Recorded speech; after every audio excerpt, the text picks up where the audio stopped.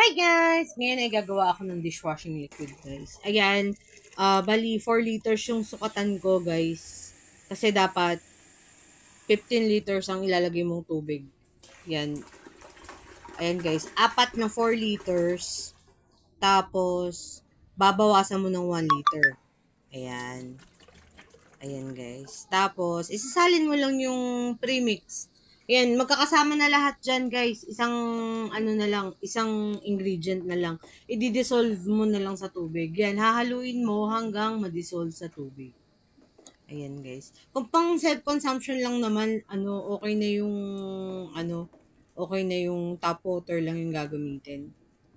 Oo, yan guys. Hahaluin mo lang hanggang ma-dissolve.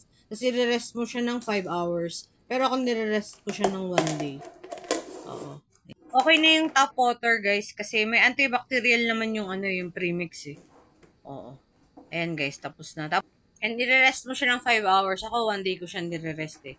Para mas lumapot siya. O ma-dissolve talaga yung mga yung ingredient.